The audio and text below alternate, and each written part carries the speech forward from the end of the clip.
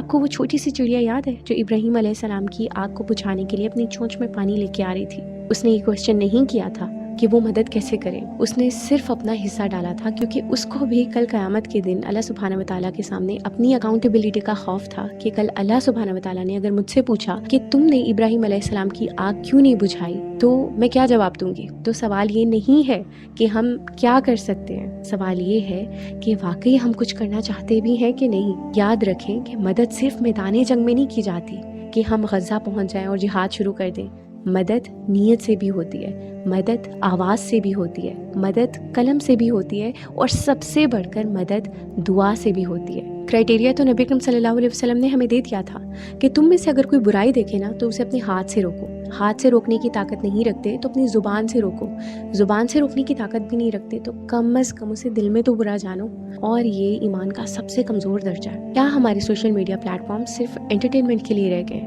یا وہاں حق کی آواز بھی بلند ہو سکتی ہے؟ آپ کیا کر سکتے ہیں؟ آپ بول سکتے ہیں، آپ حق کے بارے میں اپنی آواز اٹھا سکتے ہیں، آپ ویڈیوز شیئر کر سکتے ہیں، آپ لوگوں تک انفارمیشن پہنچا سکتے ہیں، آپ بائیکاٹ کر سکتے ہیں ان پروڈکٹس کا جو اس جینوسائیڈ کو، اس ظلم کو سپورٹ کریں، آپ صدقہ دے سکتے ہیں، چاہے تھوڑا ہو مگر خلوص سے دیا گیا ہو، اور سب سے بڑھ کر آپ کے پاس ویپن پتہ ہے کیا ہے؟ آپ دعا کر سکتے ہیں، کیونکہ اللہ سبحانہ و تعالیٰ قرآن پاک میں ارشاد فرماتے ہیں اور تمہارا رب فرماتا ہے کہ مجھ سے دعا مانگو، میں تمہاری دعا قبول کروں گا۔ اور ایک اور جگہ سورہ الانفال میں اللہ تعالیٰ نے ارشاد فرمایا، اور اگر وہ تم سے دین کے معاملے میں مدد مانگے تو تم پر مدد لازم ہے۔ کل قیامت کے دن آپ سے یہ سوال نہیں کیا جائے گا کہ آپ غزہ کیوں نہیں گئے، لیکن یہ ضرور پوچھا جائے گا کہ جب تمہارے پاس آواز تھی تو تم خاموش کیوں رہے۔ ابھی بھی وقت ہے، اپنی نیت کو جگائیں،